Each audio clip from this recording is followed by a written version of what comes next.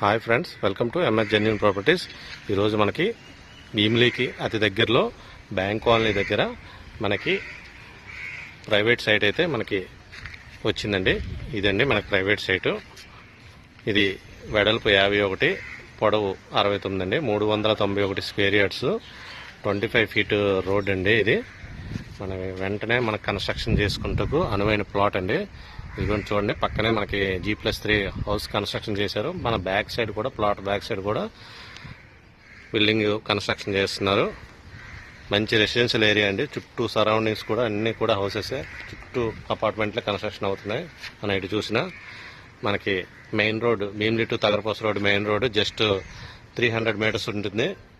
అలాగే మనకి బీచ్ కూడా జస్ట్ 1.5 km డిస్టెన్స్లో ఉంటుందండి.